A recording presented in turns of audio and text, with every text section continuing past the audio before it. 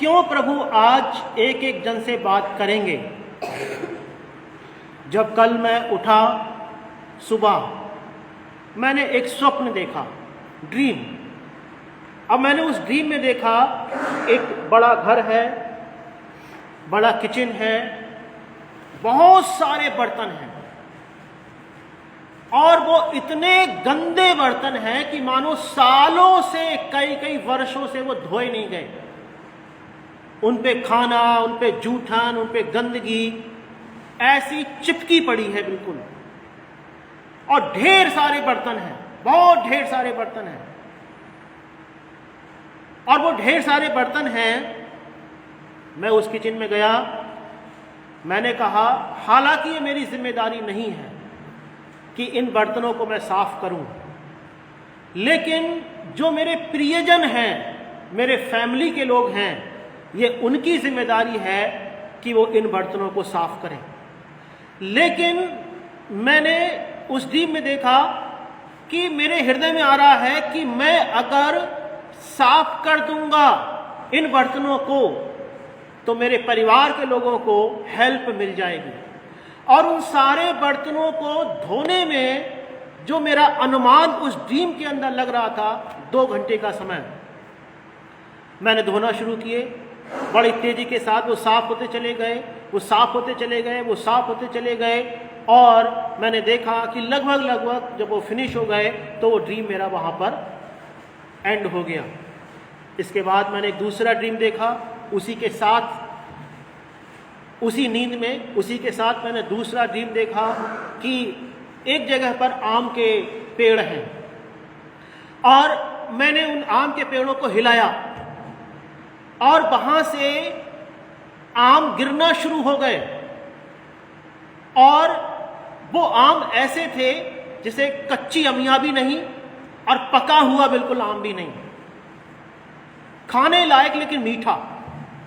जैसे आप कभी कभी देखते हो गांव में अगर आप जाएं तो आम अध पका और अध कच्चा, ऐसा आम जो मीठा तो हो जाता है तब तक, लेकिन ऐसा भी नहीं कि उसमें बिल्कुल रस आ जाए।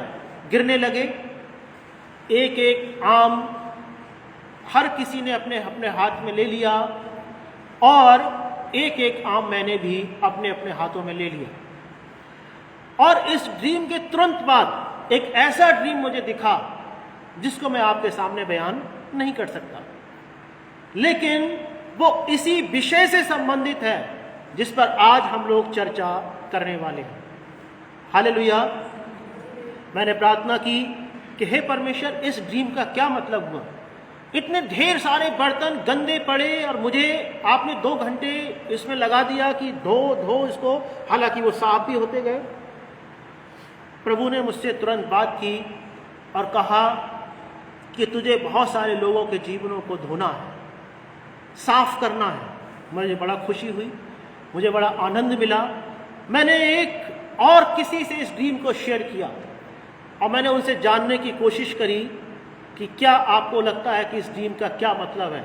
उन्होंने भी सेम वही बात जो पवित्र आत्मा ने मुझसे कभी बोली कि तुझे बहुत सारे लोगों के जीवन को साफ करना है, उनको धोना है। परमेश्वर का मैं धन्यवाद देता हूँ। पिछले रविवार की सभा के बाद मैंने प्रार्थना की कि प्रभु आने वाले रविवार को मुझे क्या बोलना है। अब प्रभु ने मुझे नीति वचन उसका 27वां अध्याय और 17 वचन मेरे हृदय में रखा। अब जहाँ पर इस प्रकार से लिखा है, नीति वचन 27 उसका 17 वचन, जैसा लोहा लोहे को चमका देता है, वैसे ही मनुष्य का मुख अपने मित्र की संगति से चमकदार हो जाता है। नीति वचन 27 और उसका 17वां वचन। हमारी हिंदी की बाइबल में ये अनुवाद इस तरीके का है, लेकिन एक और दूसरा अनुवाद है जिसे इंग्लिश में कहा गया है इंटरनेशनल स्टैंडर्ड वर्जन, और उसमें लिखा है, उसका जो अनुवाद है उसका मतलब है इसी वचन का जो मैंने अभी पढ़ा, नीति वचन 27 के 17 का, कि लोहा लोहे को तेज करता है, इसलिए एक व्यक्ति मित्र के चरित्र को तेज करता है। जो हमारे पास बाइबल है उसमें लिखा है मुख को चमका देता है। कुछ और ट्रांसलेशंस हैं, बाइबल के बहुत सारे ट्रांसलेशंस हैं, उनमें लिखा है अलग अलग। किसी में लिखा है बुद्धिमान बना देता है, किसी में लिखा है मन को तेज कर देता है, किसी में लिखा है कि व्यक्तित्व को निखार देता है। लेकिन जो मुझे सबसे अच्छा लगा आज के हिसाब से, कि जैसे लोहा लोहे को चमका देता है, ऐसे एक मित्र की संगति में व्यक्ति का चरित्र बनता है। हालेलुया, व्यक्ति का चरित्र बनता है, कैरेक्टर, चरित्र, हमारा कैरेक्टर, जिससे हम जाने जाते हैं कि हम अच्छे हैं या खराब हैं। हमारा कैरेक्टर कैसा है, उससे हम पहचाने जाते हैं। और मैं इस बात के लिए इसलिए श्योर हूं, आपको नहीं पता मैंने कितने गुप्त पाप किए हैं या हैं, मुझे नहीं पता कि आपने कितने गुप्त पाप किए हैं या आपके जीवन में हैं, या जो लाइव हैं उनके जीवन में हो। हमें नहीं पता एक दूसरे के अंदर कौन कौन से गुप्त पाप हैं, लेकिन परमेश्वर को पता है। आपको भी हो सकता है पता हो अपने विषय में, जैसे मुझे अपने विषय में पता होगा, आपको भी अपने विषय में पता होगा कि आपके जीवन में कौन कौन से आपके चरित्र को खराब करने वाले गुप्त पाप, जो इंसान छिप करके, समाज से छिप करके, जितने भी गुप्त पाप हैं वो अंधेरे में जाकर के, जिससे कि हमारी बदनामी ना हो, इंसान करता है गुप्त पाप। और मैं इस बात से इसलिए श्योर हूं कि वो हमारे जीवनों में, हो सकता है हमारे हर एक के जीवन में, या कुछ लोगों के जीवन में, या भविष्य में किसी मनुष्य के जीवन में, भविष्य में भी कोई श्योर नहीं है। राजा दाऊद जब राजा बन गया तब पाप में गिरा, उससे पहले उस पाप में नहीं गिरा। राजा दाऊद पहले गड़बड़ जीवन नहीं जी रहा था, राजा बनने के बाद जो है, आज हो सकता है आप बहुत पवित्र जीवन जी रहे हो, अच्छा जीवन जी रहे हो, बेहतर जीवन जी रहे हो, प्रभु को भाने वाला जीवन जी रहे हो, लेकिन कल किसने देखा है? कल ना मैंने देखा ना आपने देखा है, दाऊद ने भी नहीं देखा था। शिमशोन, जितने दिन तक शिमशोन अपने घराने के साथ में बना रहा, उसने पाप नहीं किया। जब सेवकाई के लिए निकला तो उसने पाप किया। कल का किसी को नहीं पता कि किसके जीवन में क्या हो जाए।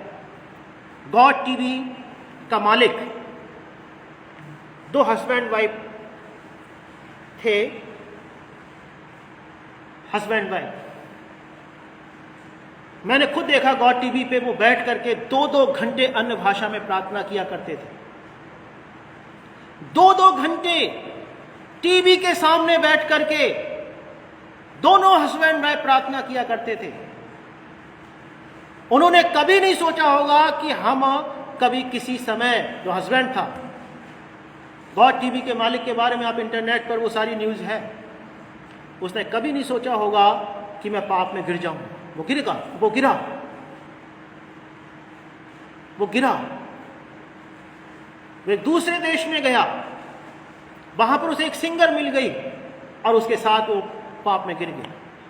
उसने रोते हुए उस गॉड टीवी को छोड़ा, अपनी पत्नी को छोड़ा, बच्चों को छोड़ा। आज अगर आप एक अच्छा जीवन जी रहे हो, तब भी आपको कल का नहीं पता है कि शैतान आपको कब जाल में फांस ले। इसीलिए आज का संदेश जरा ध्यान से सुनना। चरित्र, मित्र की संगति से चरित्र चमकदार हो जाता है, हमारा चरित्र बनता है। जब चरित्र की बात आती है, हमारे गुप्त पापों की बात आती है, जल्दी कोई इनको एक्सेप्ट नहीं करता, जल्दी कोई इन बातों को एक्सेप्ट नहीं करता, क्योंकि लगता है कि कॉमन चीज है, सामान्य बात है, किसी और को तो कोई नुकसान हम नहीं पहुंचा रहे। लेकिन बाइबल के परमेश्वर को इसका बहुत बड़ा फर्क पड़ता है कि हमारे जीवन में क्या चल रहा है। पति के लिए पत्नी और पत्नी के लिए पति परमेश्वर ने ठहराए हैं।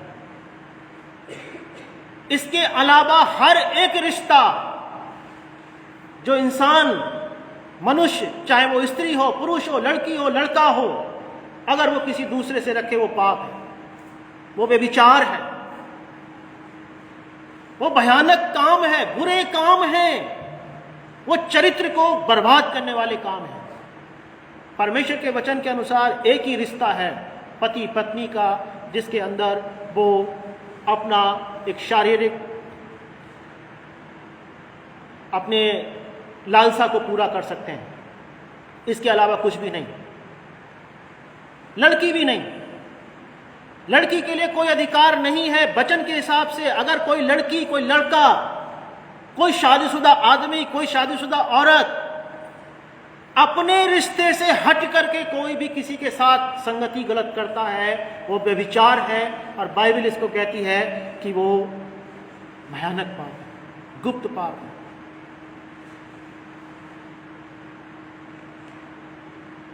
राजा दाऊद जब व्यभिचार में गिरा, उसने उरिय्याह की हत्या भी करा दी। और व्यभिचार एक इतना भयानक पाप है, आप दाऊद के जीवन से आप जान सकते हो। जो परमेश्वर का भक्त था, जिसने इतने सारे गीत भजन लिखे, जिसने गोलियत को भी मार दिया। आप में से किसने शेर को मारा है? किसी ने मारा है शेर को? किसी ने भालू को पकड़ के पटक दिया है? दाऊद ने मारा। वो परमेश्वर के इतने निकट रहने वाला इंसान, परमेश्वर ने उसके विषय में कहा कि मुझे मेरे मन के अनुसार एक मनुष्य मिल गया है। लेकिन जब वो व्यभिचार और हत्या के पाप में फंसा, बाइबल इस बात को कहती है कि उसके अपने बेटे अबशालोम ने उसके खिलाफ विद्रोह कर दिया कुछ वर्षों के बाद। और राजा दाऊद को अपना राजपाट छोड़ करके जंगल जंगल जंगल जंगल भटकना पड़ा। ये व्यभिचार इतना भयानक पाप है, व्यभिचार बड़ा भयानक पाप है। अगर कोई मनुष्य ये सोचता है कि हम व्यभिचार कर रहे हैं, किसी को पता नहीं चल रहा है, मेरी पत्नी को पता नहीं चल रहा, मेरे पति को पता नहीं चल रहा, कोई लड़की है तो किसी को पता नहीं चल रहा है, कोई लड़का है तो किसी को पता नहीं चल रहा है, परमेश्वर को तो सब पता है। राजा दाऊद ने सोचा कि सब कुछ मामला सेट हो गया, अब कोई दिक्कत नहीं, उरिय्याह मारा गया है और ये मेरी पत्नी भी हो गई है। लेकिन परमेश्वर ने नातान नबी को भेजा और परमेश्वर ने दंड की घोषणा करी। वो लड़का जो व्यभिचार से जन्मा, परमेश्वर ने उसको मार दिया। उसने उपवास किया, प्रार्थना की, परमेश्वर ने उसके उपवास प्रार्थना की तरफ ध्यान नहीं दिया और परमेश्वर ने उसको जंगल जंगल भटकने के लिए मजबूर कर दिया। व्यभिचार बहुत भयानक पाप है। अगर कोई मनुष्य आज जीवन में भटक रहा है, भटक रहा है, भटक रहा है, यहां तक कि बाइबल इस बात को कहती है, मुझे थोड़ा सा आप समझना मैं क्या कह रहा हूं, बाइबल की बातें बता रहा हूं। परमेश्वर ने उन जातियों के लिए 7 जातियां, कनान की 7 जातियां थी, 7 जातियां परमेश्वर ने पूरी रीति से तबाह कर दी। परमेश्वर ने उनको खत्म कर दिया। उनके देश को इजरायलियों के हाथ में, अब्राहम के वंश के हाथ में सौंप दिया। और जब मूसा को व्यवस्था मिली परमेश्वर की ओर से, परमेश्वर ने उस व्यवस्था में लिखवाया कि देख, इन बातों को चिता दे, समझा दे, लिख दे कि किसके साथ कैसा क्या क्या रिश्ता होगा। पड़ोसी के साथ नहीं, बाइबल में लिखा है, आप पढ़ो उस चीज के लिए। चाची के साथ नहीं, कोई लड़की है चाचा के साथ नहीं, मामा के साथ नहीं, मामी के साथ नहीं, बाइबल में लिखा है। पूरे पूरे चैप्टर लिखे हैं। किस किस ने पढ़े हैं ये चैप्टर? जरा हाथ खड़े करना। किस किस ने पढ़े ये चैप्टर? जहां पर नैतिक अनैतिक नियम वहां पे लिखे हैं।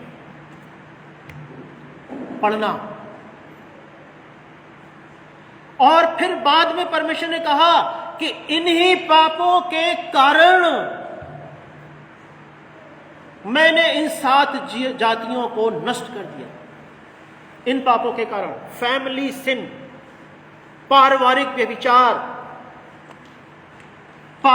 व्यभिचार, परिवार में लोगों के गलत रिश्ते, परमेश्वर ने उन जातियों को ही खत्म कर दिया। सोचो तो सही, सदोम अमोरा और उसके आसपास के नगर घृणित पाप में लगे हुए थे, परमेश्वर ने आग डाल करके खत्म कर दिया।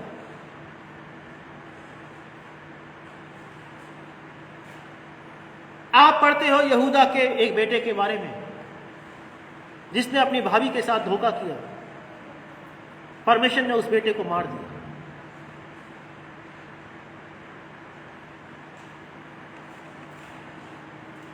पूरी बाइबल के अंदर ऐसा ही है, पूरी बाइबल के अंदर ऐसा ही है। आप पढ़ते हो सारा के बारे में, जो अब्राहम की पत्नी थी। अच्छा, मिस्र का जो फिरौन जो राजा था, सारा को जब उसने अपने घर में बुला लिया, परमेश्वर ने उनके घर में विपत्ति भेज दी, क्योंकि व्यभिचार बहुत भयानक पाप है। और ये इतना भयानक पाप है कि आपको जीवन में स्थिर नहीं रहने देगा। किसी भी जन को जो व्यभिचार के साथ नाता जोड़े रखेगा, वो परिवार, वो मनुष्य जीवन में कभी भी स्थिर नहीं रह सकता। आप कहोगे कि नहीं, हमने तो व्यभिचार वैसे तो नहीं किया, लेकिन मन से सोचा, हमने मोबाइल पर पोर्नोग्राफी वेबसाइट को देखा, हमने तो नैन मटक्का करे। आप कहो तो हमने तो बस इतना सिंपल सी कि हमने नैन मटक्का करे, बस बात खत्म हो गई। बाइबल कहती है कि ये भी पाप। यशायाह की किताब में लिखा है,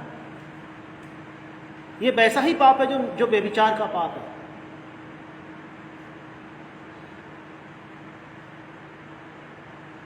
अगर कोई व्यक्ति ये सोचे कि कोई फर्क नहीं पड़ता, थोड़ी सी देर मौज मस्ती कर लेंगे, बस आंखों में इशारे करके हम थोड़ी देर मौज मस्ती कर लेंगे, फंस जाओगे एक दिन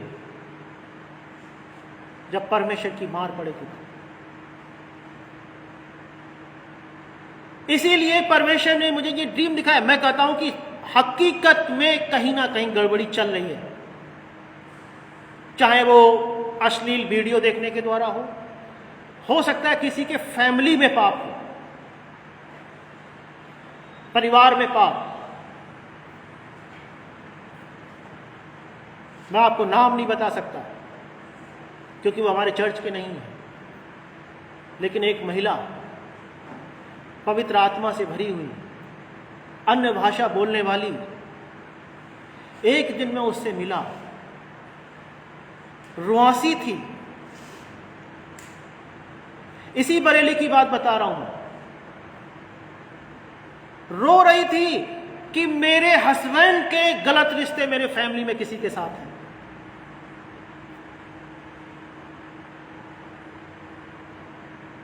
गंभीर बात है ये, और ये बहुत गंभीर बात है। पूरा परिवार जो है छिन्न भिन्न हो चुका है। वो कह रहे कि सैलरी आती है, पता ही नहीं चलती कहां चली जाती है, क्योंकि उसके हस्बैंड को गलत शौक लग गया। यहां तक कि जिस परिवार ने बहुत सारे सेवकों का साथ दिया, आज वो थोड़े थोड़े चावल, थोड़े थोड़े आटा घर में लेकर के आता है। परमेश्वर ने कर्जे में फांस दिया। आपको पता है कि जब लोहा लोहे को चमकाता है तो कैसे चमकाता है? लोहा जब लोहे को चमकाता है, ध्यान देना, वो उसको घिसता है? वो उसको घिसता है। ऐसे नहीं करता कि साहब बस ऐसे लोहे के पास में रख दिया कि साहब लोहा चमक जाएगा। आप हंसिया चाकू बनवाने जाते हो, लोहार रेती से उसको घिसता है। वो एक दर्दनाक पीरियड होगा। अगर उस लोहे को दर्द होता होगा तो वो दर्दनाक होगा। ऐसे यीशु मसीह हर एक उस व्यक्ति को जिसको अपना मित्र बना लेता है, यीशु ने कहा मैंने तुम्हें दास नहीं लेकिन मैंने तुम्हें मित्र कहा है, वो उसको एक स्ट्रोक देता है, मास्टर स्ट्रोक देता है। जैसे दाऊद को दिया, चल देख रहा है तूने हत्या करी, तूने व्यभिचार किया, जा जंगल में। यहां तक कि उसका बेटा अबशालोम भी मारा गया। कितने लोगों की मौत वहां पे हुई। मास्टर स्ट्रोक देता है परमेश्वर, घिसता है परमेश्वर। और यही कारण है, हो सकता है आज आप जीवन में सफर कर रहे हो। 7 जातियों को तो परमेश्वर ने माफी नहीं किया क्योंकि उनके जीवन में फैमिली का सिन था। परिवार में लोग गलत संगति रखते थे, बाप बेटी के साथ, बेटा बहन के साथ। बाइबल में ऐसा लिखा है, परमेश्वर ने माफ नहीं किया उन्हें। आज हमारे पास समय है, आज हम सबके पास समय है। अगर हमारे जीवन में, हमारे परिवारों में इस प्रकार का कोई घृणित काम चल रहा है और नहीं भी चल रहा है, तो केवल अगर हम नैन मटक्का करके अपने नैन से सहन करने की कोशिश कर रहे हैं किसी के साथ, तो आप सचेत रहना, परमेश्वर घिसेगा। एक लड़की, छोटी लड़की 15-16 साल की लगभग, उसके पापा ने पूछा, बेटी जब आप बाहर जाती हो तो कोई लड़के आपको परेशान तो नहीं करते? उस 15-16 साल की लड़की का जवाब हम सबको आश्चर्यचकित कर देगा कि पापा लड़के तो हमें कोई परेशान नहीं करते, लेकिन जो बूढ़े हैं वो हमें गलत नजर से देखते हैं। उस लड़की का जवाब था। कभी वो व्यक्ति अगर यहां पर आते हैं, मैं आपके सामने ये बात कह रहा हूं, अगर हम एक उम्र से आगे निकल गए और अब सोचते हैं कि हम इधर उधर अगर हम नैन मटका लेंगे तो कोई फर्क नहीं पड़ने वाला, थोड़ा तो हम आंखें सेक लें, फंस जाओगे। अय्यूब ने अपनी आंखों के साथ एक वाचा बांधी कि मैं किसी कुमारी पर गलत नजर ना डालूं। किसी शादीशुदा पर तो नहीं डालना वैसे भी, लेकिन किसी कुमारी पर भी आज बहुत सारे लोग इस पाप में फंसे हुए हैं। क्योंकि मुझे भी कुछ सुनने में आता है, मैं ये नहीं कह रहा कि यहां पे कोई व्यक्ति ऐसा है, लेकिन अगर कोई व्यक्ति ऐसा है, चाहे वो ऑनलाइन हो,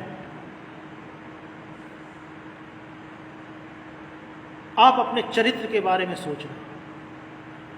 शिमशोन की सेवकाई और उसका जीवन इसीलिए नाश हो गया क्योंकि उसने अपने चरित्र का ध्यान नहीं रखा। दाऊद इसलिए संकट में फंस गया क्योंकि उसने अपने चरित्र का ध्यान ही नहीं रखा। क्यों नहीं रखा? एक बहुत ही, मैं कहूंगा, ऐसी बात वचन में लिखी है, जो ट्रांसलेशन हिंदी का हमारे पास है,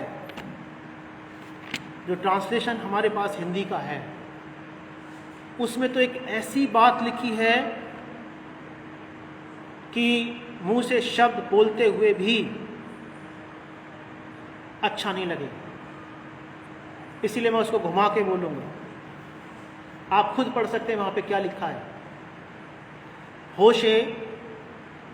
होशे नबी की किताब और उसका 4 अध्याय और उसका 12वां वचन। ये जो व्यभिचार है वो ऐसा ही नहीं होता। ये जो आंखों को सेकना है ये ऐसे नहीं होता, ये एक आत्मा है, ऐसा वचन में लिखा है। ये एक दुष्ट आत्मा है जो उस मनुष्य के हृदय में होती है, जीवन में होती है। होशे 4 उसका 12वां वचन आप अपने घर पे पढ़ लेना। मैं यहां पे पढ़ रहा हूं, जो शब्द मैं नहीं बोलना चाहता उस पर मैं दूसरा शब्द बोलूंगा। यहां पे लिखा है, मेरी प्रजा के लोग काठ के पुतले से प्रश्न करते हैं और उनकी छड़ी उनको भविष्य बताती है, क्योंकि जो शब्द आगे है मैं नहीं बोल रहा, क्योंकि उसका दूसरा ट्रांसलेशन मैं बोल रहा हूं, व्यभिचार करने वाली आत्मा, करने नहीं, कराने वाली आत्मा, व्यभिचार कराने वाली आत्मा ने उन्हें बहकाया है। जो मनुष्य के हृदय में जो व्यभिचार होता है वो ऐसे नहीं होता, वो एक दुष्ट आत्मा है,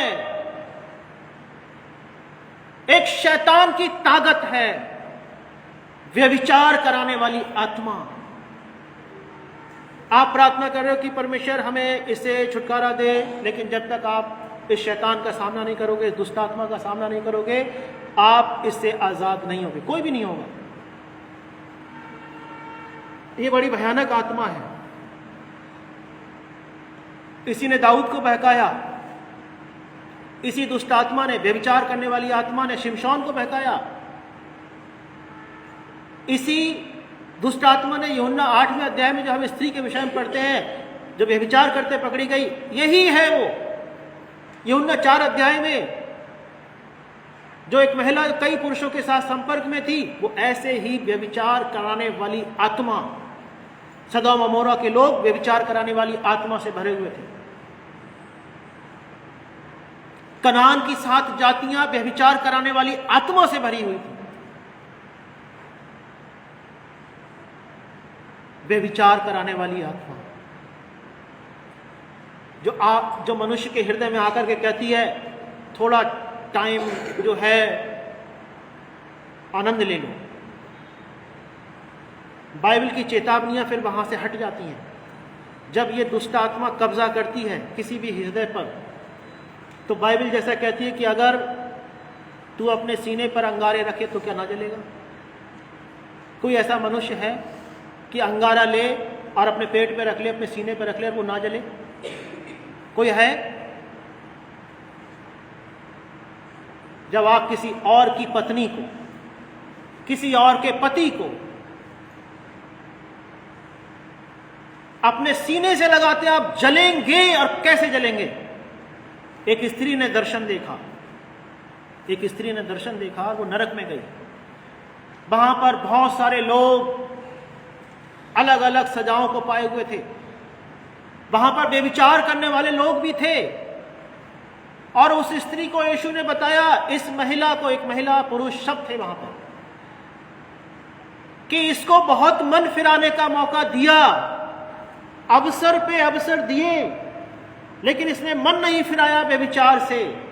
इसने कहा कि जीवन तो एक ही बार है, सारा मौज मस्ती नहीं करी तो फिर हम क्या स्वर्ग में जाके ये सब करेंगे? जवानी में नहीं करें तो फिर बुढ़ापे में करेंगे क्या? और उस महिला ने देखा, जिसको दर्शन मिला, जिन लोगों के जीवन में व्यभिचार था, बाइबल कहती है, और उस दर्शन के हिसाब से भी जो लोग व्यभिचार में नरक जाएंगे, उनके प्राइवेट पार्ट्स में परमेश्वर सांपों और बिच्छुओं को भेजेगा। वो दर्द से, जैसे आज तो आनंद से मजा ले रहे हो सकते हैं, लेकिन दर्द से चीखेंगे, चिल्लाएंगे, यीशु यीशु बचाओ, लेकिन फिर बचाने वाला वहां पर कोई नहीं होगा, क्योंकि व्यभिचार कराने वाली आत्मा ने उन्हें बहका दिया। और ये अनंत काल के लिए उनके जीवन में ऐसा ही होगा। आप सोचो, थोड़े समय के मजे के लिए अगर हम लोग अनंत काल के लिए अपने शरीर को पीड़ा पहुंचाने वाले हैं। प्रभु ने कहा कि अगर तेरा दाहिना हाथ ठोकर पहुंचाए तो उसको काट दे, अगर तेरी दाहिनी आंख ठोकर पहुंचाए काट दे। लूला होकर के, अंधा होकर के स्वर्ग राज में प्रवेश करना अच्छा है, बजाय इसके कि दोनों हाथों और दोनों आंखों के होने के बावजूद तू नरक में डाल दिया जाए।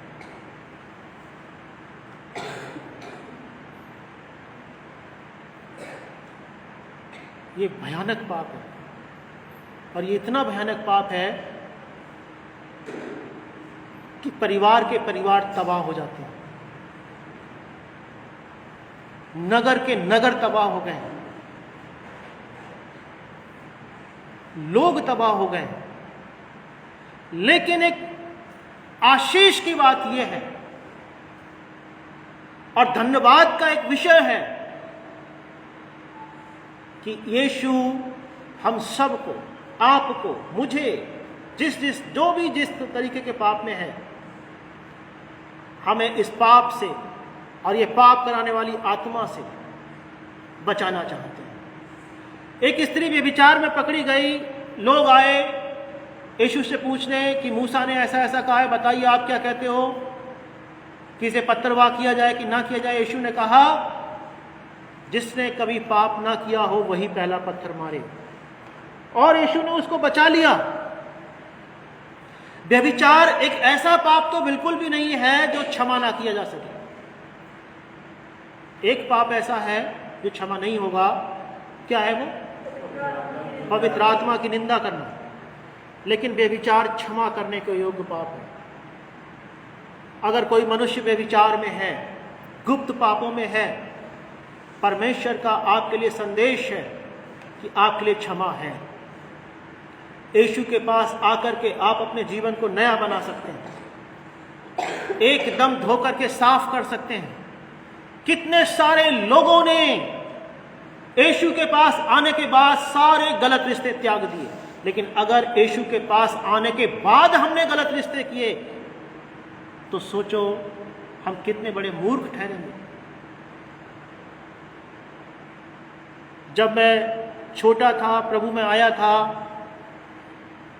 एक चर्च में मैं जाता था। उस चर्च के अंदर एक महिला रहती थी,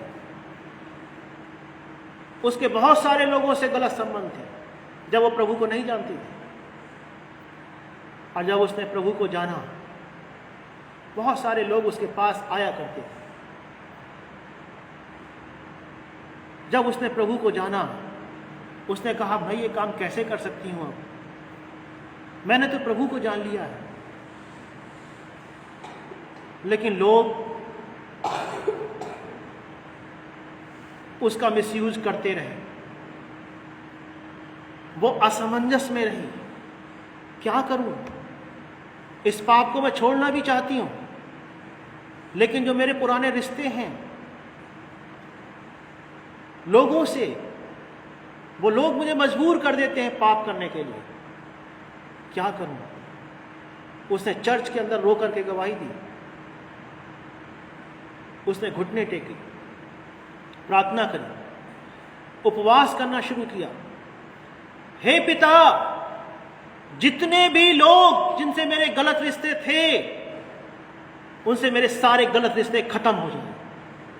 वो उपवास करती रही, वो उपवास करती रही, वो परमेश्वर के सामने रोती रही, वो रोती रही, रोती रही। और परमेश्वर ने ऐसा किया, उन सारे लोगों के मनों को ऐसा किया कि वो उस स्त्री के पास आना बंद हो गया। उसने चर्च में खड़े होकर के गवाही दी। उसने अपने पाप को पब्लिकली माना, मैंने ऐसा किया है। एक और व्यक्ति था जो सहायक पासवान था, उसने अपने पाप को माना नहीं।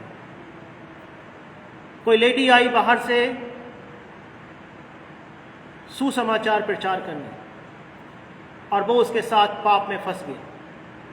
उसने अपने पत्नी, बच्चे, सबको धोखा देते हुए उस महिला से गलत रिश्ते रखे। आज की तारीख में अपंग है, चल फिर नहीं सकता ठीक से। पाप को मान लेना एक शुरुआत होती है कि हम परमेश्वर के अनुग्रह को प्राप्त करें। हालेलुया। पाप को मान, अगर हम मानेंगे ही नहीं, मैं ये नहीं कह रहा कि आप मेरे सामने मानो, परमेश्वर के सामने। सबसे पहली शुरुआत हो सकता है 10 साल पहले आपसे हुआ हो, 50 साल पहले हुआ हो, आज हो, या हो सकता है कि 10 साल के बाद आपके जीवन में कुछ ऐसा हो जाए। मान लेना, छोड़ देना, प्रार्थना करना, हे पिता मुझे इन पापों से बचा। यीशु इतने ज्यादा व्यभिचार से दबे लोगों से इतने ज्यादा प्यार करते हैं कि एक स्त्री के जीवन को उन्होंने अपनी बुद्धिमानी से कैसे बचा लिया। देखो, यीशु ने कहा था जिसने कभी पाप ना किया हो वो पहला पत्थर मारो। चाहते तो वो भी पत्थर मार सकते थे क्योंकि यीशु ने कभी पाप नहीं किया, लेकिन वो आज क्या बताना चाहते, वो हमारे जीवनों पर, आपके जीवनों पर पत्थर मारने नहीं आए, लेकिन हम सबको पापों से बचाने के लिए आए। वो हमारे जीवनों में जो मैल है, जो गंदगी है, जिसको हम उसको गंदगी करके समझ भी नहीं रहे हैं, वो उसको धोने के लिए आए। और वो हमारे जीवनों को, आपके जीवनों को वो धोना चाहते हैं ताकि हम पवित्र बने, निष्कलंक बने, निर्दोष बने। वचन कहता है पवित्र बनो क्योंकि मैं पवित्र हूं। बहुत सारे पासवानों ने अपनी सेवकाई इसीलिए खो दी क्योंकि उन्होंने पाप किया, व्यभिचार में गिर गए। बहुत बार ये भी आता है कि भैया हम क्या करें, पाप हमारे मन में विचार गलत गलत आते हैं, क्या करें। बाइबल क्या कहती है? बाइबल क्या कहती है? कुछ बातें हैं जो पालन करने के लिए बाइबल हमें सिखाती है। अगर हम व्यभिचार में हैं तो परमेश्वर का वचन कहता है भाग जाओ उस स्थान से, भाग जाओ जहां पर व्यभिचार हो रहा है। उस व्यक्ति से रिश्ता मत रखो। जैसे यूसुफ भाग पड़ा, यूसुफ की मालिकन ने कहा कि मेरे साथ सो, यूसुफ ने कहा, कपड़ा छोड़ करके वो भागा। व्यभिचार का पाप एक ऐसा पाप है जहां पर भाग करके आप अपनी जान को छुड़ा सकते हैं। ऐसे स्थान पे जाओ भी मत। नीति वचन 6 या 7 में क्या लिखा है? एक ऐसे जवान के बारे में जो गया किसी गलत स्त्री से मिलने के लिए रात के अंधेरे में। वो बड़ी सुंदर कविता है, वो पोएम है, बहुत सुंदर कविता है 7 में। और उसमें क्या लिखा है? तेरा हृदय छेद दिया जाए। इसलिए भाग जाओ। किसी के घर में अगर कोई गलत रिश्ते हैं उससे भाग जाओ। एक दूसरा तरीका है शादीशुदा लोगों के लिए है भाग जाओ। अनमैरिड, हालांकि यूसुफ तो अनमैरिड था उस वक्त, शादी कर लो। अगर वचन में लिखा है, मैं पढ़ नहीं रहा हूं समय के हिसाब से, वचन में लिखा है कामुक रहने से अच्छा है कि वो विवाह कर ले, विवाह कर ले। व्यभिचार से बचने के लिए हर एक पुरुष की पत्नी हो, ऐसा वचन में लिखा है। केवल अपनी पत्नी पर ही ध्यान दो। मान के चलो कि आपकी पत्नी दुनिया की सबसे सुंदर स्त्री है, और वो है, जिसकी भी पत्नी है वो उसके लिए सबसे सुंदर है। जैसे जिसके बच्चे सबसे सुंदर होते हैं, भले ही वो दिखने में दूसरे मनुष्य के लिए भौड़े दिखें, बिल्कुल पसंद ना हो, लेकिन हर माँ बाप के लिए अपने बच्चे सुंदर होते हैं। तो आपकी पत्नी भी सुंदर है, आपका पति भी सुंदर है। कुछ लोग भाग करके भी शादियां कर लेते हैं, जो परमेश्वर का ही अपमान करना है।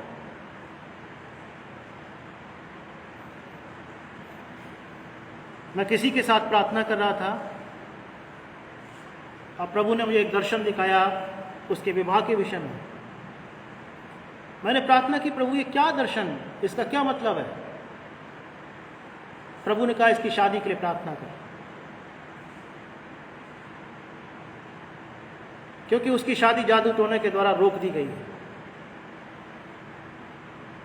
प्रभु उस व्यक्ति को छुटकारा प्रदान करे।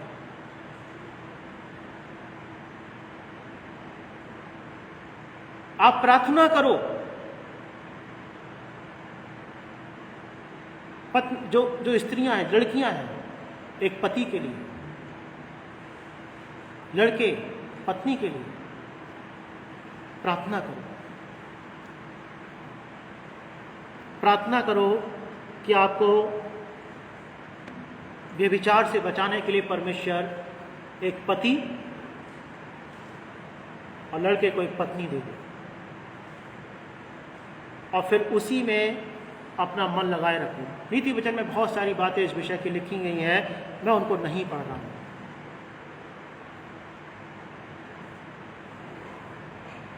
लेकिन मैं आपको एक बात कह रहा हूं, खिलवाड़ अपने जीवन से मत करना। अपने जीवन ये मत सोचना कि थोड़े से गलत काम से कुछ नहीं होगा।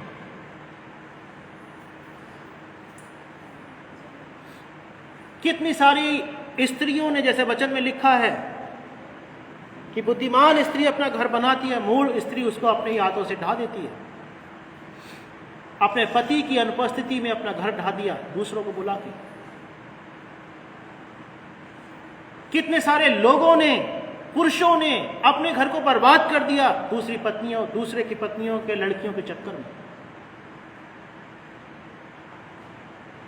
और ये ऐसा पाप है जो इंसान को बर्बाद और बर्बाद और बर्बाद करता जाता है। अब किसी के जीवन में अगर सदोम अमोरा वाले पाप है तो वो तो घृणित काम है। वो तो इतना घृणित है कि परमेश्वर ने सदोम अमोरा को ही आग से जला करके नष्ट कर दिया। लेकिन परमेश्वर के प्रिय लोगों, एक संदेश कितना बड़ा आपके लिए, हमारे लिए है। यीशु चाहते पत्थर मार देते पहला खुद, क्योंकि वो निष्पाप है, और पत्थर मारने के बाद कहते कि अब तुम मारो। लेकिन यीशु आपको प्यार करते हैं, वो आपके जीवन को बदलना चाहते हैं। वो आपको आग गिरा करके मारना नहीं चाहते, वो आपको बर्बाद होते देखना नहीं चाहते। वो आपके साथ एक मित्र का व्यवहार करना चाहते हैं, एक दोस्त बन करके, दोस्त बन करके, मित्र बन करके। आप कहोगे यीशु और मित्र, ऐसा कैसे? यीशु को अपना मित्र बनाओ। गर्लफ्रेंड बॉयफ्रेंड से अच्छा है कि यीशु को ही अपना मित्र बनाओ। दूसरे के पति को अपना फ्रेंड बनाने से अच्छा है यीशु को अपना मित्र बनाओ। और जैसे मित्र एक मित्र से कैसे बातें करता है, कैसे बातें करता है मित्र मित्र से,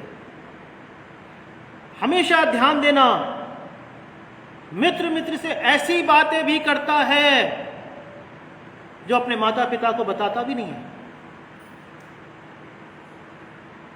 दोस्ती का मायने तभी है जब सब कुछ ओपन बातें बिल्कुल बिना किसी हिचक के हो जाए, बिना किसी हिचक के। दोस्ती तभी तो है। कितने सारे, सबको अनुभव है, हमारे दोस्त जानते थे हमारी कमियां क्या है, हमारे माता पिता नहीं जानते थे कि हमारी कमियां क्या है। हम बीड़ी पीते, सिगरेट पीते, गुटखा खाते, अयाशी करते, जो कुछ भी करते, हमारे दोस्तों को सब पता होता। बात सही है कि नहीं? माता पिता से हो सकता है हम छिपाएं कि वो हमें डांटेंगे, मारेंगे, प्रॉपर्टी से बेदखल कर देंगे, ये करेंगे, वो करेंगे। लेकिन मित्र जो होता है वो सुनता है। मित्र जो होता है वो सहायता करता है। और यीशु अपना चरित्र आपके जीवन में भेज देते हैं जब आप यीशु को अपना मित्र बना लेते हो, अपना दोस्त, अपना दोस्त। जब आप अपने यीशु को अपना मित्र बना लेते हो, क्या होता है? आप कहोगे कि वो तो पवित्र परमेश्वर है, हमारी ये बातें हम कहेंगे उससे तो वो नाराज हो जाएगा। नहीं, मित्र का मतलब ही यही है। आप अपने मन की सारी बातों को खोल करके कह दो। कोई पाप छूट नहीं रहा, उसके बिल्कुल खोल के कह दो परमेश्वर से, हे मित्र, हे प्रभु यीशु, मुझसे पाप नहीं छूट रहा। बिल्कुल खोल करके, जैसे फ्रेंड से फ्रेंड बातें करता है। एक बार यहां पर आपको ध्यान होगा, केरल से एक इवेंजलिस्ट आए थे, मैथ्यू पॉल। शायद आपको ध्यान हो वो घटना जो उन्होंने बताई। वो अपने एक मित्र से मिलने गए। किस को ध्यान है ये बात? जो उन दिनों में जो यहाँ पे थे, वो अपने एक मित्र से मिलने गए।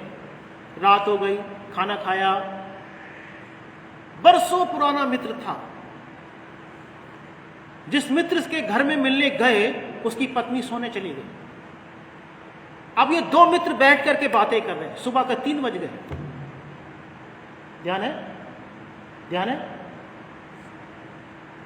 सुबह के 3 बज गए।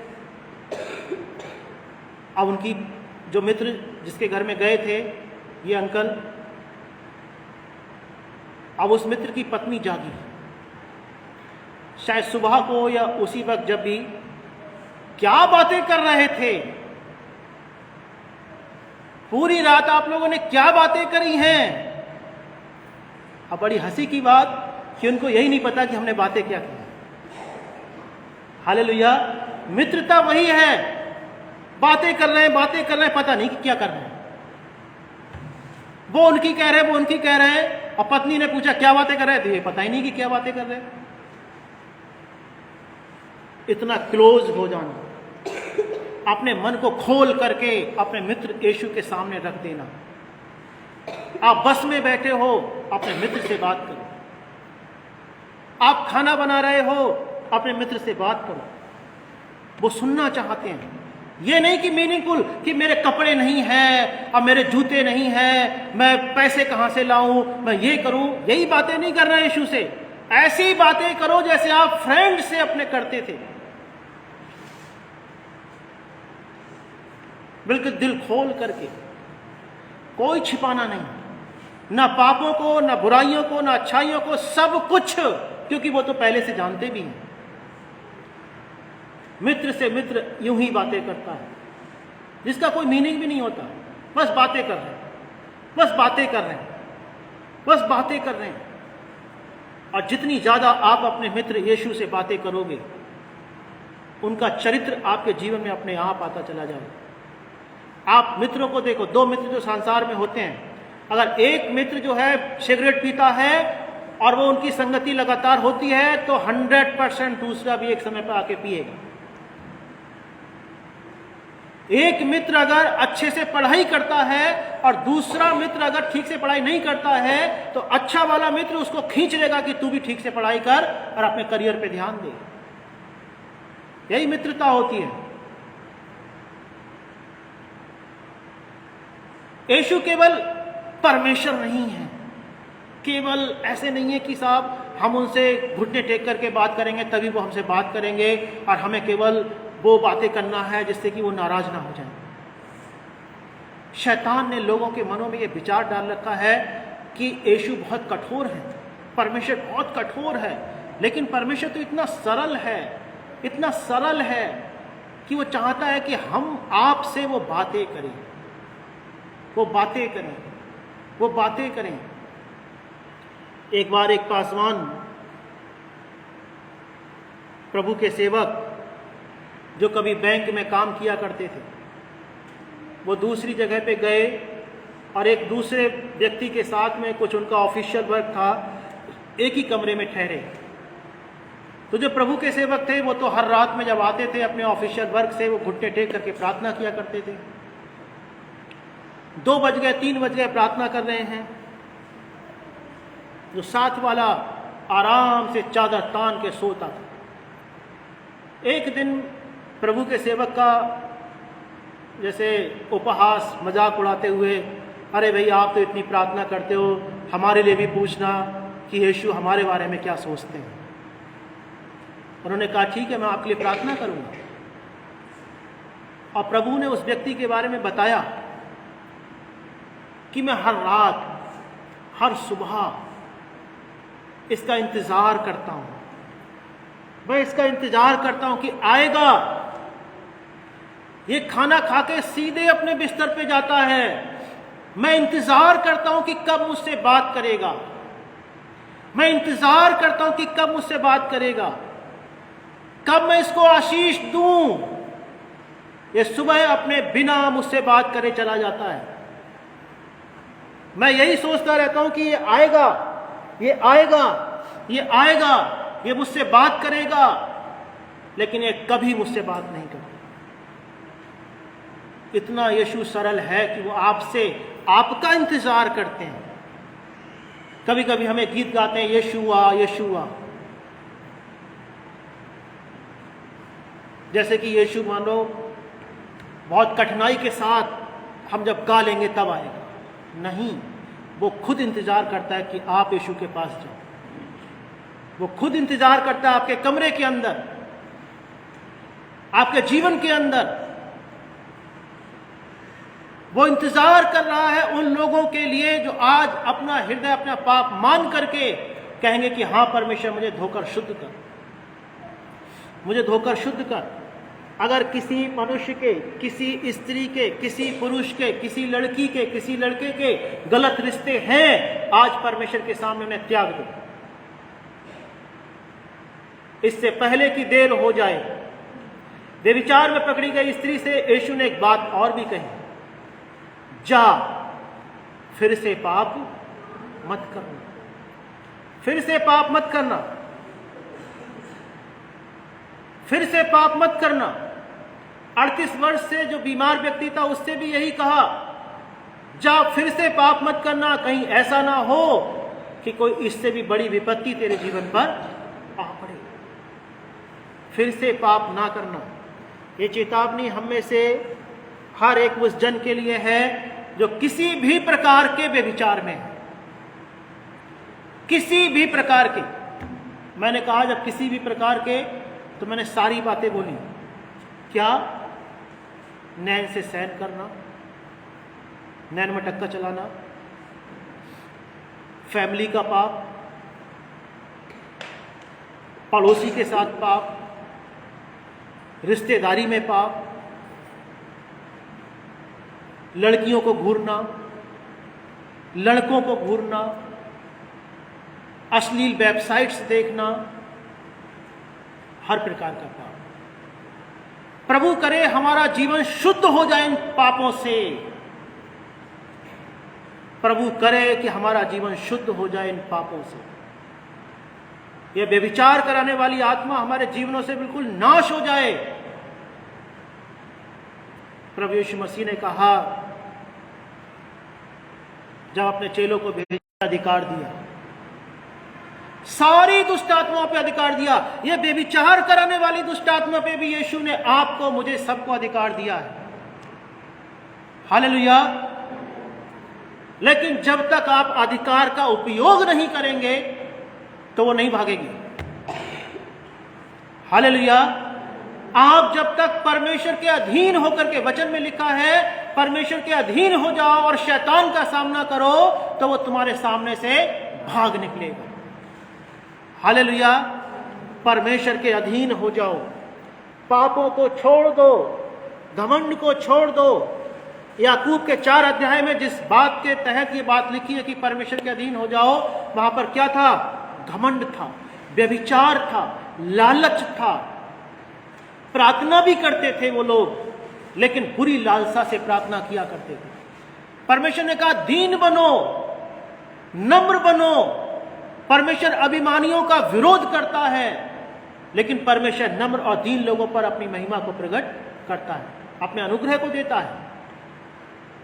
परमेश्वर के सामने अपने पापों को मान लो कि हमें छुटकारे की आवश्यकता है। विशेषकर इस व्यभिचार की आत्मा से हमें छुटकारे की आवश्यकता है। मुझे नहीं पता किसको, लेकिन है, शायद जो लाइव हैं उनमें से किसी को, आप में से किसी को। और जैसा मैंने कहा, भविष्य के बारे में तो किसी का कोई पता नहीं है, ना मेरा ना आपका। 2-2 घंटे अन्य भाषा में प्रार्थना टीवी के सामने बैठ करके करता था, तो मैं और आप कौन है? जब राजा दाऊद गिर सकता है, शिमशोन जो जन्म से नाजीर था वो गिर सकता है, तो मैं और आप और इतने ज्यादा सामर्थ्य नहीं है। हम सबको छुटकारे की आवश्यकता है। हालेलुया। हम सबको अपने जीवन, अपना पात्र को धोने की आवश्यकता है। हम सबको अपना मन शुद्ध करने की आवश्यकता है और शुद्ध बना करके रखने की आवश्यकता है।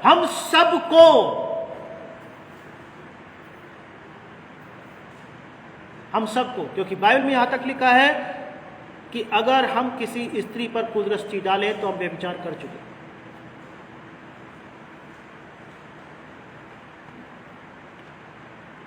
शायद हम सबको, अगर आपके जीवन में, कुछ लोगों के जीवन में व्यभिचार नहीं है, बाइबल में लिखा है, एक जवान आदमी आया, उसने कहा उद्धार पाने के लिए मैं क्या करूं? यीशु ने कहा आज्ञाओं का पालन कर। कौन सी आज्ञा है? यीशु ने बताया ये आज्ञा है, जिनमें व्यभिचार भी शामिल था, कि ये तो मैं लड़कपन से मानता आया हूं। यीशु ने उसको प्यार किया, एक ऐसा इंसान जिसने कभी व्यभिचार नहीं किया, लेकिन उसमें एक बात की घटी थी, और उस घटी के कारण वो यीशु को छोड़ के चला गया। हो सकता है कि जरूरी नहीं कि आप सबके जीवन में पाप हो। एक फरीसी गया मंदिर में प्रार्थना करने के लिए, व्यभिचार नहीं था उस इंसान के जीवन में। अब बड़ी आश्चर्यजनक बात है, वो कहता है कि मैं अन्याय नहीं करता, मैं व्यभिचार भी नहीं करता, मैं अपनी आमदनी का दशमांश भी देता हूं, मैं अनरीति नहीं चलता। कितना अच्छा भला इंसान था वो। कोई व्यभिचार करना अच्छी बात थोड़ी है कि अन्याय करना की बहुत अच्छी बात है कि अन्याय करना। ये भला इंसान था, लेकिन गलत इसके साथ क्या था कि इसको अपने भले कामों पर भरोसा था। हमें इस बात पर भी भरोसा नहीं रखना है कि मैंने व्यभिचार नहीं किया, कि मैंने अन्याय नहीं किया। दूसरी तरफ आया चुंगी लेने वाला, उसने स्वर्ग की ओर देखा भी नहीं, वो छाती पीट कर प्रार्थना करने लगा, हे परमेश्वर मुझ पापी पर दया। उसने अपने कामों पर भरोसा नहीं रखा, उसने परमेश्वर पर भरोसा रखा। अगर हम अपने जीवन में अपने कामों पर भरोसा रखते हैं तो वो भी व्यभिचार है, वो एक आत्मिक व्यभिचार है, वो एक आत्मिक व्यभिचार है। अगर हम यीशु से ज्यादा सेवकाई को महत्व देते हैं, वो एक आत्मिक व्यभिचार है। अगर हम किसी काम को यीशु से ऊपर रखते हैं तो वो एक आत्मिक व्यभिचार है। ये फरीसी किसी स्त्री के साथ तो व्यभिचार में नहीं था, लेकिन ये अपने कामों के साथ बड़ा कि मेरे काम इतने अच्छे हैं, आत्मिक व्यभिचार में था। हो सकता है किसी के साथ हम स्त्री पुरुष के साथ व्यभिचार में ना हो, लेकिन फिर भी मैं पिछले रविवार की बात बता रहा हूं। मैं शनिवार को यहाँ पे तैयारी करा रहा था, मुझे प्रभु मतलब प्रार्थना भी नहीं हो पा रही थी। रविवार की सुबह उठा, कुछ भी ठीक नहीं लग रहा था, सब कुछ गड़बड़। मैं लगातार प्रार्थना कर रहा था कि परमेश्वर मैंने क्या गलत किया है, क्या गलत किया है। हे परमेश्वर मुझसे कौन सा पाप हुआ है। ये आंटी की भी तबीयत खराब, जबकि रात में बिल्कुल ठीक सोई, और सुबह ही इनका मैसेज आया कि आज चर्च नहीं आ पा रहा है, कि ऐसे ऐसा हो गया। मैंने कहा ये हो क्या रहा है। मुझे परमेश्वर की उपस्थिति बिल्कुल भी महसूस नहीं हो रही। मैं नहाने जा रहा था, मैं प्रार्थना कर रहा था, नहाने की तैयारी करते हुए, प्रभु मुझसे कौन सा पाप हुआ है जिसके कारण मुझे प्रभु आपकी उपस्थिति बिल्कुल भी अनुभव नहीं हो रही है। एकदम प्रभु ने मुझसे पूछा, तूने बाइबल पढ़ी? अरे मैंने कहा नहीं, मैंने सेवकाई के में बिजी रहने के कारण कई दिन से बाइबल नहीं पढ़ी, 3-4 दिन से, कि मैं सेवकाई तो कर ही रहा हूं, मैं सेवकाई तो कर रहा हूं, बाइबल में किसी नेक्स्ट दिन पढ़ लूंगा। याद रखना, यीशु से, परमेश्वर के वचन से बढ़कर अगर आपके जीवन में कोई भी चीज है, वो आत्मिक व्यभिचार है। चाहे वो इंसान हो, सेवकाई हो, कोई भी चीज हो, यीशु से बढ़कर के नहीं होना चाहिए, परमेश्वर से बढ़कर कुछ भी नहीं होना चाहिए। जो समय परमेश्वर का है वो परमेश्वर ही को दो। चाहे सेवकाई बाद में हो, और सेवकाई सेकेंडरी है, परमेश्वर पहले स्थान पर है।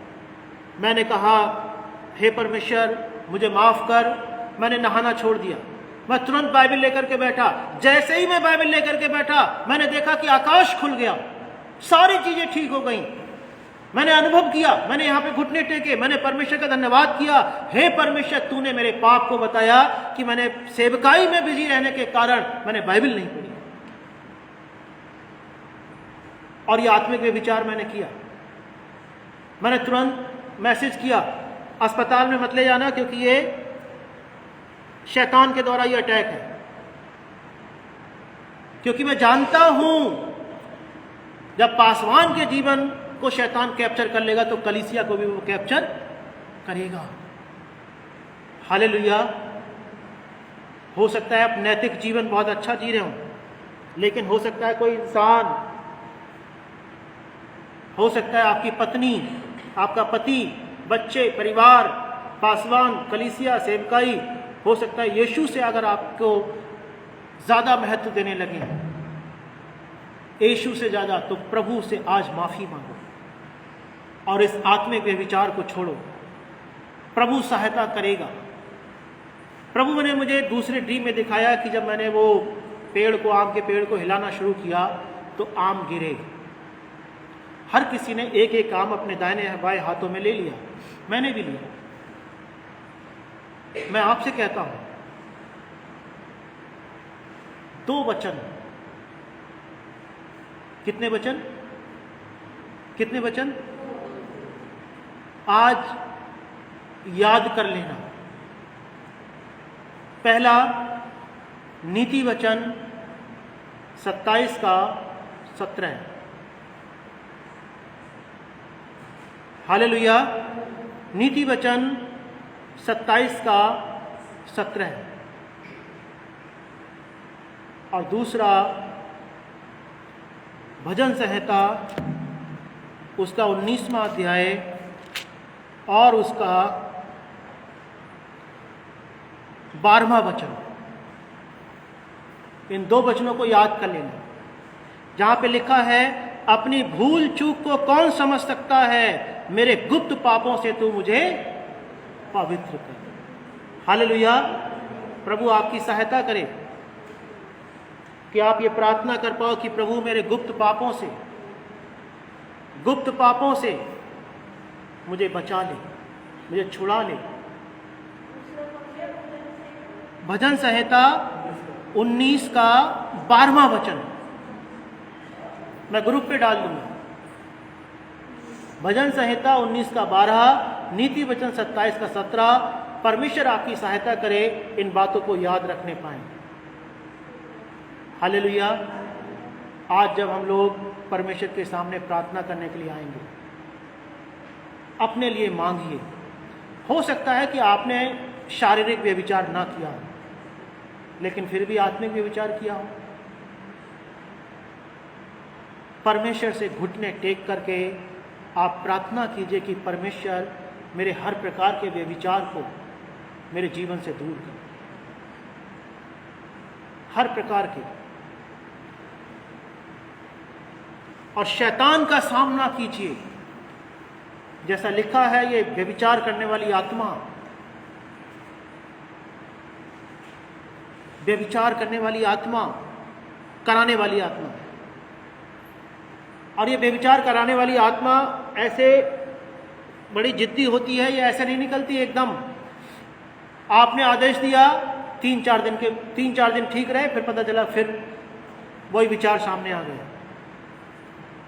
हारना नहीं है, हारना नहीं है। जब आपने साइकिल चलाना सीखी थी, आप गिरे थे, लेकिन गिरे नहीं पड़े रहे, चोट लगी, फिर भी आपने साइकिल चलाने की हिम्मत करी। हालेलुया। हो सकता है कि एक बार जब ये दुष्ट आत्मा निकल जाए तो कुछ दिनों के बाद फिर से आपके जीवन पर अटैक करे। घबराना नहीं है, डरना भी नहीं है।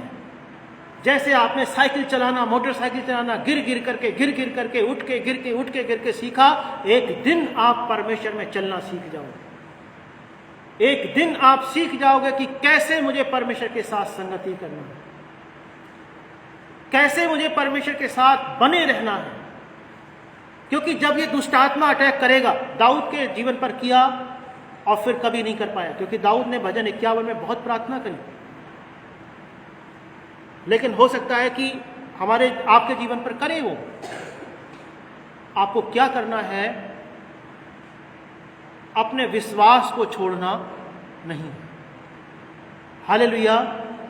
विश्वास रखना है कि परमेश्वर ने कहा है तो मुझे इस पाप से आजादी मिलेगी। विश्वास रखना है, यीशु पर विश्वास रखना है। मैं आपको पूरे चैलेंज के साथ कहता हूं, आप विश्वास रखो, उपवास करो, प्रार्थना करो और एक दिन आप हर प्रकार के पाप से छूट जाओगे। हालेलुया। हर प्रकार के पाप से छूट जाओगे। परमेश्वर आपको शुद्ध बना देगा, वो पवित्र, निर्मल, निष्कलंक, निर्दोष बना देगा, अपने जैसा बना देगा, अपने जैसा बना देगा। जैसा मित्र मित्र की संगति में चमकदार हो जाता है, यीशु आपको अपने जैसा बना देगा। पाप तो वहां पर फटकेगा भी नहीं, आगे आएगा भी नहीं फिर सामने। वो अपने जैसा आपको बनाना चाहता है। अगर आप अपने यीशु के जैसा बनना चाहते हो, अगर आप चाहते हो कि कोई भी पाप मेरे जीवन में ना रहे, ना आए और मैं पूरी रीति से यीशु के जैसा बनने पाऊं, हर बात में यीशु के जैसा बनना चाहूं, यीशु के जैसा बनना चाहूं, अपने स्थान पर खड़े होकर के प्रार्थना में शामिल हो। अगर आप चाहते हो कि मैं यीशु के जैसा बनना चाहूं, प्रार्थना करो, आंखें बंद करो। Thank you Lord Jesus, thank you Lord Jesus. अपने मन मन में प्रार्थना करो परमेश्वर से। प्रभु से कहो, प्रभु मैं आपके जैसा बनना चाहता हूं या बनना चाहती हूं। हे प्रभु यीशु, मेरे जीवन में कोई पाप ना रहे। मैं आपके समान पवित्र, निष्कलंक, निर्दोष बनना चाहता हूं।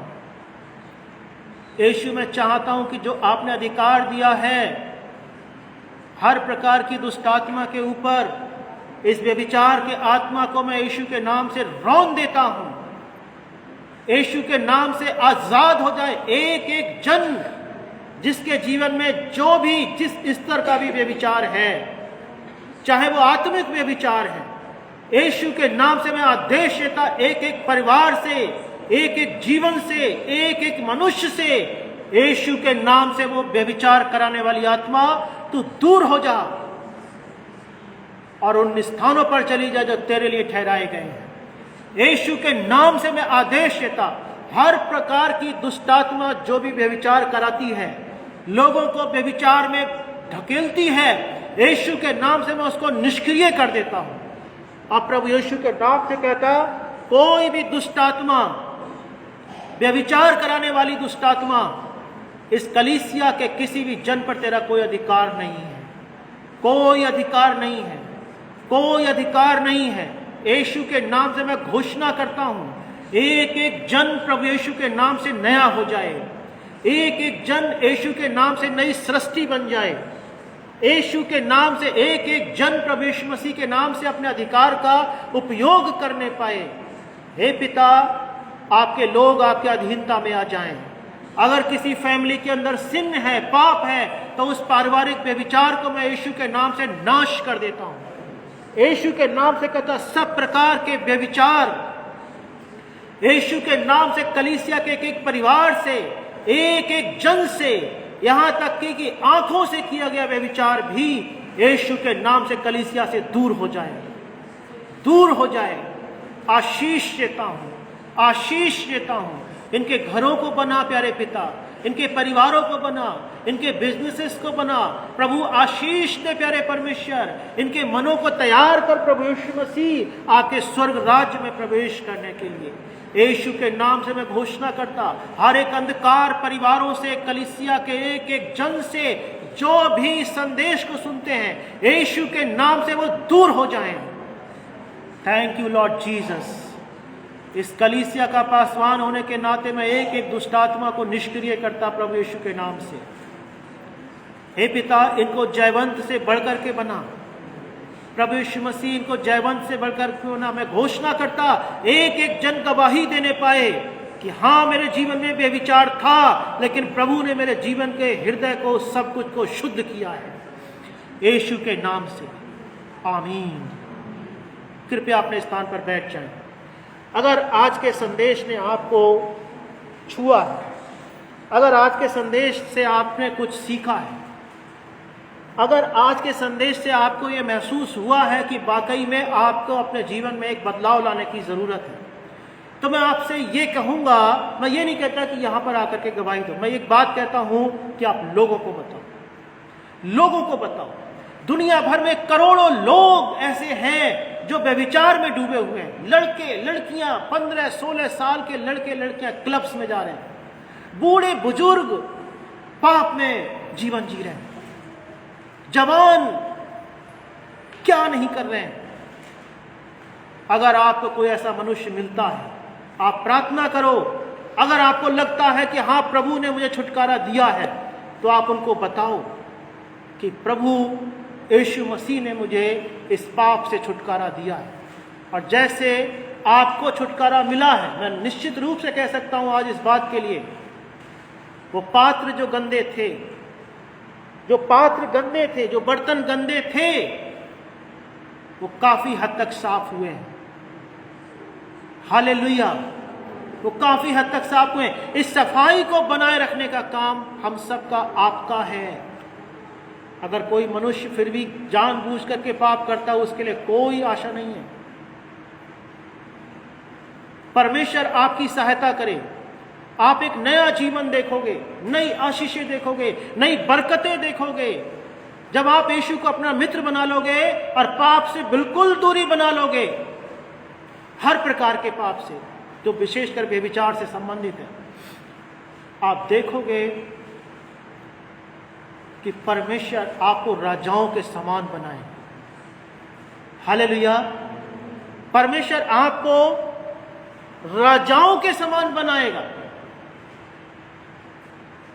राजाओं के समान बनाएगा। मैं आपसे कहता हूं कि परमेश्वर आपको राजाओं के समान बनाएगा। हालेलुया, पाप से अलग रहोगे तो परमेश्वर आपको राजाओं के समान बनाएगा। आपके जीवन को परमेश्वर आशीष देगा, आशीष देगा, इतनी आशीषें देगा कि आप कहोगे कि परमेश्वर अब मुझसे गिना नहीं जाता। हालेलुया, अब मुझसे गिना नहीं जाता। परमेश्वर आप सबको बहुत आशीष दे। आमीन, आमीन और आमीन। हालेलुया, प्रभु सबको आशीष दे।